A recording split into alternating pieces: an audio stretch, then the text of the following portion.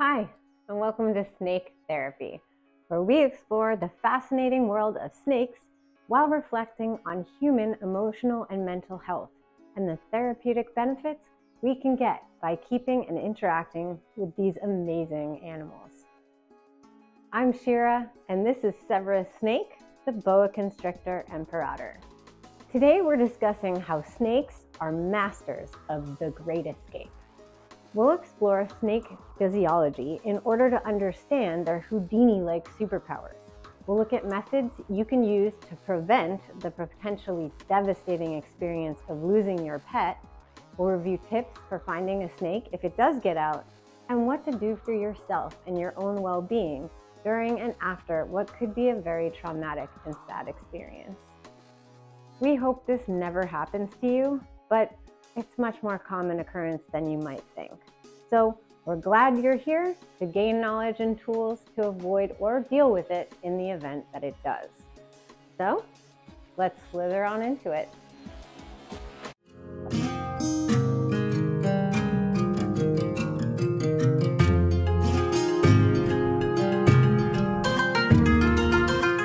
So why are snakes such amazing escape artists? Many people incorrectly assume that because they're so flexible, they don't have skeletons. They are in fact vertebrates, like us, and indeed have hundreds of bones. Just the fact that they have so many vertebrae in their spines, anywhere from 180 to 400, depending on the species, allows them their contortionist superpowers and facilitates their fluidity of movement, the ingestion of large prey, and the ability to flatten out their rib cages if they want to. The reason a snake's skull is able to open so wide, enough to eat prey way larger than its head, is because their jawbones are separated at the chin, and their craniums are also separate. The bones in their skulls are all connected by extremely stretchy ligaments. This allows them to move their jaws independently from each other. The skin of their heads and necks is also very stretchy. So, just as they can open their maws really wide, they can likewise squash their heads really flat for the same reason. In the wild, these superpowers of flexibility also allow them to squeeze themselves down holes to find prey, or hide themselves in very tight spots. Another superpower of snakes is their exceptional proportionate strength. Snakes are practically all muscle. In fact, while we have between 700 or 800 muscles in our bodies, snakes have between 10 and 15,000. The strength in those muscles allows them to strike their prey at high speeds with a relative force that would make a human lose consciousness. Those muscles need to be strong in order to overpower and constrict struggling prey, or in some cases, extend a bunch of their body out to hunt from branches while maintaining their grip. Some snakes are going to be stronger than others, but you can rest assured they are all stronger than they look. In captivity, these incredible superpowers enable them to squeeze their way out of small openings in enclosures, and their strength allows them to push their way out if there's even a chance of a gap being created. Therefore, it's at our peril that we underestimate them. If there is any opportunity, they will find a way to exploit it. But snakes are not quantum tunneling, folks. They get out because the barriers are insecure, or more often, because we make mistakes. Indeed, the first and most common mistake that leads to snake escapes, besides simply underestimating them, is actually just human error and carelessness. You went into their enclosure to do something and you got distracted and forgot to latch or fully close it. If the snake escapes because of your carelessness, it can be emotionally devastating because it can lead to some pretty horrible feelings of guilt. It seems like a no-brainer, but I bet you almost every snake keeper out there has done it at least once. So, how do you prevent this? With mindfulness. A practice of deliberately focusing one's attention to the present moment experience is part of a good overall mental health regimen. Hi. It can be part of an active meditation practice, but it can also just be a state of being. that can help us in so many aspects of our lives. When we're constantly living in the past or the future, we're being inattentive to our current actions, and this leads to distraction, carelessness, negligence, and anxiety. This is part of what my slogan, "Be Mindful of Snakes," encompasses. It's not just about being mindful of them as the amazing beings that they are, but also the fact that they can remind us to instill mindfulness in our lives on the whole. In regards to handling and working with snakes, being mindful and attentive makes them feel safer and fosters trust between you and the animal, and also helps bring you a sense of calm and clarity in the moment. This awareness is why I call this snake therapy. And in terms of today's topic, maintaining a state of mindfulness will make you more likely to remember to secure their enclosure before you move on with the rest of your day.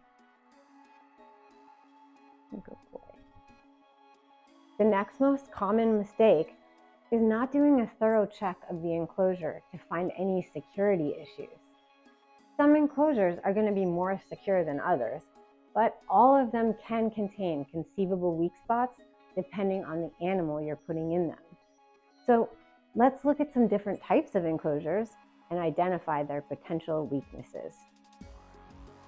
Let's start with the easiest to find and cheapest type of enclosure you can get for a snake: the top opening, screen-lidded glass aquarium.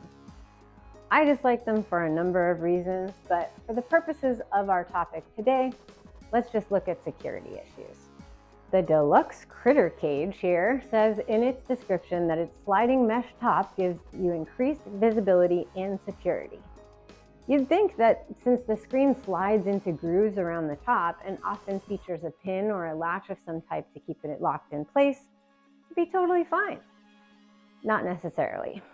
Going back to the human error point, the amount of times people have forgotten to put that pin back in or turn the latch to keep it closed is probably immeasurable. And you'd think that even if it wasn't latched, the top is in a grooved extrusion, so the snake couldn't possibly just push it open. But this would be false. Without that locking mechanism, a snake can easily use its nose to slide the screen just enough to wiggle its way out, even if it doesn't open the screen much beyond that extrusion. What about the glass enclosures with the latching tops and locking doors? This one here is similar to ones I have myself, but just because I use them doesn't mean they're inherently snake-proof. I have two versions of this tank, which I use for my baby Colombian rainbow boas. Baby snakes are probably the most commonly lost because those physical superpowers I mentioned before, combined with their tiny size, means they're even more likely to find the most minuscule of escape routes. On the pro side, that latch on the front doors is really easy to use. No key, just a swiveling latch, which is awesome until you forget to use it. But that's not the only security issue with these tanks. Notice that the one in the picture here only has those little swivel latches on two sides of the top. Some of them have latches on all four sides, but even those can be insecure. My baby Galadriel is living in the former. I got it secondhand, and I noticed when I was getting it ready for her that the plastic top had warped slightly, probably from a heat bulb that was placed too close to the edge. That warping caused the top to not seal completely, even when fully latched. The gap was only about 1/3 of an inch or so, but even though that seems an impossible amount of space for a snake to squeeze through, at her size, it would have been all she needed to make her way out. I fixed this problem by sealing the whole top with aluminum foil tape to prevent the gap. It means I never open it from the top, which makes cleaning a bit more of a pain, but it's worth it for the peace of mind. Side note and PSA. If you're ever going to use adhesive tape in conjunction with a snake enclosure, make sure it's absolutely impossible for the snake to come into contact with it. I'm not going to go into what I've seen as the result of snakes encountering extreme adhesives like duct or gorilla tape, but I will say with certainty that it can be fatal. Don't use it inside of the enclosure ever. Even if you think, no way are they going to reach that. If it's inside, in all likelihood, they can reach it. This is why I prefer enclosures made out of wood or PVC that I can drill into if I want to attach things to the walls or ceilings. I use these cable traps and screws, and sometimes I even use hot glue. Hot glue can totally fail with enough pressure or when used on smooth surfaces like glass or plastic, but at least it is no longer sticky once it cools. When I sealed Galadriel's enclosure, I used a lot of pressure to make sure the plastic top was pushed all the way down before taping it. That way, she wouldn't be able to get her tiny little body into that gap and get stuck there by the tape barrier. Front opening enclosures with sliding doors. These are going to be your most secure enclosures, but they still have their weaknesses. As you can see, I have 2 Zen habitats in this style myself. The good part about most of these is that the sliding doors don't just have extrusion slides on the top and bottom, but also on the sides, which means it's really hard for a snake to nose the doors open. You can go one step further and add a slide lock to the doors too. Though these doors are pretty thick and heavy, and for the snakes that I have in here, I haven't needed them. I do have to be conscious though of when substrate gets trapped in the side groove here because it can prevent the door from sliding all the way in. You can avoid this by adding a substrate barrier, but I had to remove mine because my snakes loved to wedge themselves in between the barrier and the doors, thus pulling the barriers out of place. This was Hobbs's favorite spot. He would squash himself in there until he was a snake pancake. It made me laugh every time, but it also meant that I couldn't open the enclosure when he was doing that for fear of hurting him. Such a weirdo, that one. These new age pet enclosure doors only have extrusion on the top and the bottom, and although the doors do slide all the way past a lip of the wood, a snake could nose the doors open. Luckily, they come with a simple locking mechanism that I really like because it's really quick to remove. But back to the Zen habitats, take a look at this hole in the back. It's made to allow the temperature probes to come in from your thermostats. It's a really large hole with just a flimsy piece of rubber that takes no pressure at all to push open. So if your snake is even slightly larger than the size of that hole, or any smaller, I can guarantee it can get out that way. But you say, it's up so high on the wall and my snake isn't a big climber. All snakes have climbing abilities, even if they're not arboreal. So you'd be wrong in assuming they couldn't reach it. I fixed that by covering it and taping it closed from the outside. And on the one in Anu's enclosure, I used foil on the inside as well, with a rubber band around that so she can't nuzzle her way and pull open the edges. Next, swing to open enclosure doors. I had Helios's enclosure made for me, and I thought that this huge heavy acrylic door would be just fine with a couple of swinging tabs. Well, shortly after I put him in, my husband and I heard a strange noise from the other room. The snake area is adjacent to our kitchen, so we walked through both rooms and couldn't figure out what it was until my husband's eyes went wide and he pointed behind me. And guess who had made it out of his enclosure 15 feet across the room and was climbing up the refrigerator door. He had knocked off some of the magnets and photos on the fridge doors, causing that noise. And thank God he did. It was late at night, so I had to jerry-rig the door shut with aluminum tape for the night until I could come up with a more permanent solution. Hence why I now have all of these latches on the door. It's a pain in the butt to open it now, but I watched him studiously check out the entire thing after I installed them, and he couldn't push any open enough to escape. So I've accepted the annoyance. I'm telling you, don't underestimate these animals. It can be a fun project to make your own enclosure and could possibly save you a little money. However, don't try and reinvent the wheel. I built this one myself for Helios when he was a juvenile, and now it houses Severus. I still regret the thin acrylic I used for the doors, as it was a slight possibility that Helios could have nosed his way out at that size he was when I first put him in there. Luckily, he never did. These latches are also pretty lame, but with the large lip on the sides, it's safe enough that he couldn't get out that way.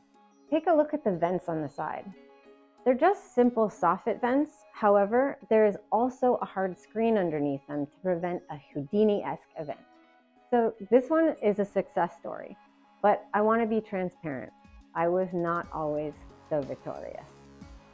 Years ago, when my only snake was a 4-year-old common boa, my boyfriend at the time was eager to give him a more expansive and enriching space to live. It was a lovely thought, so I agreed, and he designed and built a 2-level palace out of wood and screen. This was a long time ago, back when there were limited options on the market for snake enclosures and not a lot of access to internet resources on how to keep snakes properly. To my shame, I really didn't know much about them. I just loved my animal. When the project was finished, I took one look at that door with its single latch and said, I don't know, I think he could probably get out of that. My boyfriend brushed that off with a laugh, and I didn't argue with him. We were living in Ann Arbor, Michigan at the time, in a big, old, and rundown house. It had tons of holes in the walls and definitely some rodents running around. And it was currently the dead of winter. Sure enough, the next morning when I checked on Yuja, he was gone. I was absolutely crushed. I loved him more than anything, and I cried every day, racked with guilt and empathy for how he might be suffering. I spent countless hours searching for him, but to no avail. A month went by, and I'd pretty much lost hope altogether. I was on a family vacation when I got a phone call from my roommate back in Michigan to tell me that Yuja had come home. He'd found him stretched out in front of his enclosure, extremely dehydrated with a nasty respiratory infection.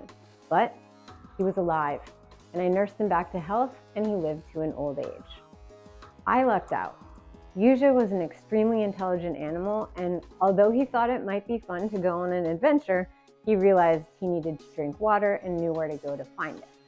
But although my personal experiences of snake escapes have happy endings, many do not. This is why I want to drill into you how important it is that we don't take anything for granted when it comes to enclosure security. Yuja could have just as easily died in the walls of that house in Michigan, or if he made his way outside. Also, even if the weather's not extreme, most pet snakes are not native to where you live, so if they do survive, it could also cause a new and unfortunate version of the Everglades invasive python story. So what do you do when the worst happens? Firstly, try not to panic. Snake therapy always comes around to the relationship between snake welfare and our mental and emotional health. So it's worth saying that panicking doesn't do anyone any good. Of course, that's easier said than done. I ended up funneling my grief into artwork when Yuja escaped, and I actually happened to be putting the finishing touches to a portrait of him when I got the call that he was back. I like to think at the time that it had something to do with his return, but I was a bit more naive and woo-woo back in those days. Keeping yourself calm will help you think more clearly, and with a clear head, your searching capabilities will be much more efficient. Are you familiar with the quantum mechanics principle of superposition? In layman's terms, superposition is the ability of a quantum system to be in multiple states at the same time until it's measured. I'm trying to keep it light where it otherwise could be really stressful here, guys. I thought it was kind of funny to think about in terms of lost snakes, because until you observe where they are, your brain kind of races around with the idea that they could be everywhere, alive and dead at the same time. Schrodinger's snake, anyone?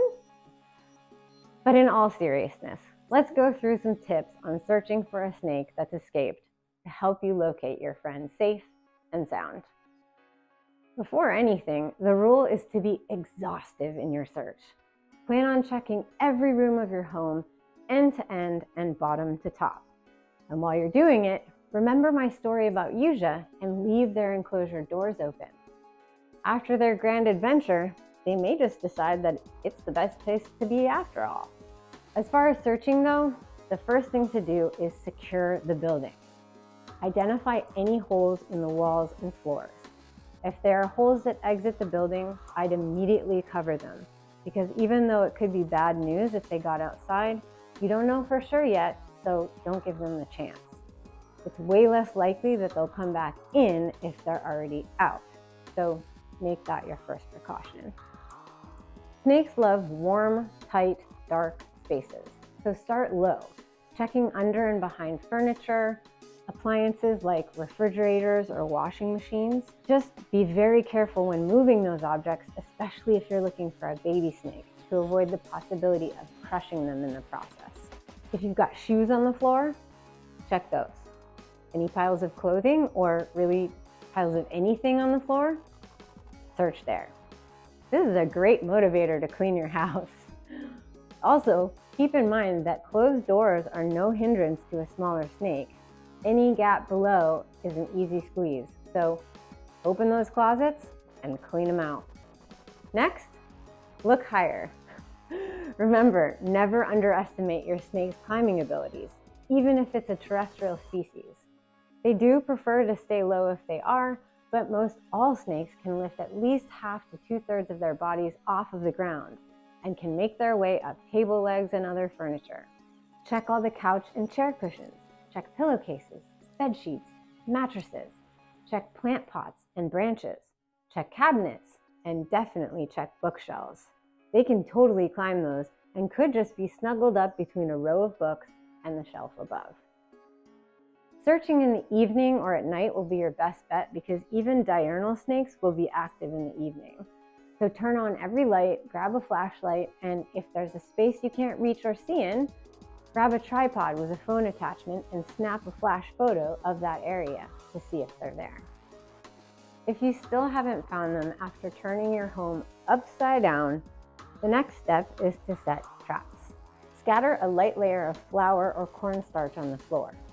If the snake's on the move, it'll leave tracks, and you can follow those. If you can't do it all over the floor, at least do it across the entrance to every room, so you might narrow down your search to one room if you see the flour's been disturbed. Heat trap. Lower the temperature of your home to a bit under 70 degrees. Grab a box or a bin and cut a hole in it that's just big enough for the snake to go through, and put a hand warmer in it or a heating pad underneath it and leave it overnight. Since that will be the warmest place, they might decide it's the best one to hide in. Noise trap. Scatter coins around the room and even on top of the furniture. If they slither through them on the floor, you'll catch their trail, but if they dislodge them from higher up, you'll hear the penny drop. Pun intended. You can also line the edges of the room with crumpled plastic bags or paper, and in the evening, turn off all the lights and anything that makes noise and wait. If you're patient, you might just hear them when they slither through them. If you do, turn on your flashlight and try to move slowly in that direction so you don't spook them back into hiding. Food trap. Place a warmed up, frozen thawed prey item that's a little on the larger side of what you normally give them in a box with a hole cut out of it, or a large plastic bottle. Make sure there are small holes pierced out so they can smell the food. You want that entrance hole to be just big enough for them to get in before they eat, but too small to get out once they have food in their bellies. Talk to your neighbors. This is going to be one of the harder parts of this experience, as it may not only be awkward, but it could feel a bit painful to reveal that you've lost your animal. But it's really important. More eyes on the job is going to help you. But we also know how many people have an innate bias towards or fear of snakes. It's important they know to be on the lookout and that this is a pet and your beloved friend. Because without that knowledge, not only could they get a surprise that could be traumatizing for them, but they also might react very unkindly if they discover your snake before you do. It may take some time to find an escaped snake, but I encourage you to be patient, determined, and not give up easily. I've mentioned some of the times that I've had snakes escape, and I always found them because I was determined and thorough. And nowadays, what I am is extra cautious, even paranoid, about every enclosure or bin I put my snakes in. I have no shame about that. It's absolutely worth taking the extra time and effort to prevent what could be a horrible experience for both yourself and the snake. Remember to be mindful and present when you interact with your animals, so you don't end up being careless. And learn as much as you can about snake behavior so that you can preempt escapes or at least find them when they do get out. If you don't end up finding your snake, you could certainly feel traumatized, full of guilt, shame, and sadness. This is understandable, but it's not helpful. The best thing to do moving forward, the best thing we can always do when bad things happen, is to learn from the experience and do better next time. We're human and we all make mistakes, but life is a series of lessons, and unfortunate ordeals can be used as motivation to improve ourselves if we can pull ourselves out of the muck of the feelings they can cause. So, take a deep breath, hold the love you feel for your animal in your heart, and don't give up. I believe in you. If you're willing, please share your own experiences of snake escapes, and especially recoveries, in the comments. And what led to the escape? How did you find them again? Did you use any techniques I didn't mention? Let's learn from each other and improve our practices of care and mindfulness. I'm so grateful you're here because it means you care about these amazing animals.